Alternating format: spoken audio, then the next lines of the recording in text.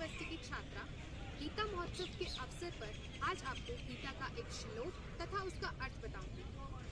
नमस्ते माँ फलेषु कदाचन माँ कर्म फल हेतु भूर माते सगो स्व कर्मणि। It means you have the right to perform your prescribed duties, but you are not entitled to the fruits of your actions. अर्थात तुम्हारा अधिकार केवल अपने कर्म करने में है, उसके फलों में कभी नहीं। यह श्लोक भगवान श्री कृष्ण ने अर्जुन को महाभारत की युद्ध भूमि पर दिया था।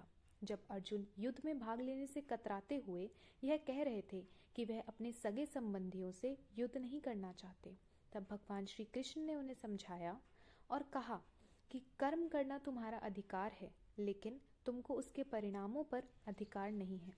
तुम्हारे कर्तव्य का पालन करने के लिए जो तुम्हें जिम्मेदारी दी गई है, उसी को पूरा करो। परिणामों के बारे में चिंता करना या उन पर उदास होना यह तुम्हारे नियंत्रण में नहीं है। श्री कृष्ण ने अर्जुन से कहा कि अगर तुम अपने कर्मों का फल चाहते हो तो उसमें लगाव उत्पन्न होगा, जिससे तुम्हारे मन में विकार और बंधन पैदा होंगे। इसलिए कर्म करते समय उस फल की अपेक्षा न रखो और ना ही कार्यों से निराश हो, क्योंकि कर्म का फल ईश्वर की इच्छा से होता है। यही सही मार्ग है जो आत्मा की मुक्ति की ओर ले जाता है।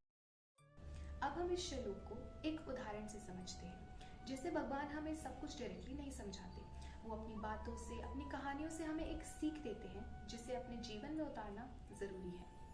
इस श्लोक का अर्थ हमने समझा, कर्म करो, फल की चिंता मत करो। जैसे हम और आप एक स्टूडेंट हैं, तो हमारे लिए कर्म क्या है?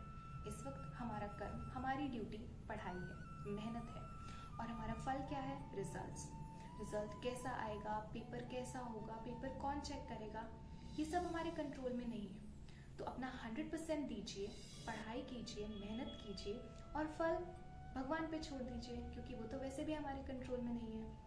तो ये एक सरल सा उदाहरण था जो हम अपनी जिंदगी में भी अप्लाई कर सकते हैं।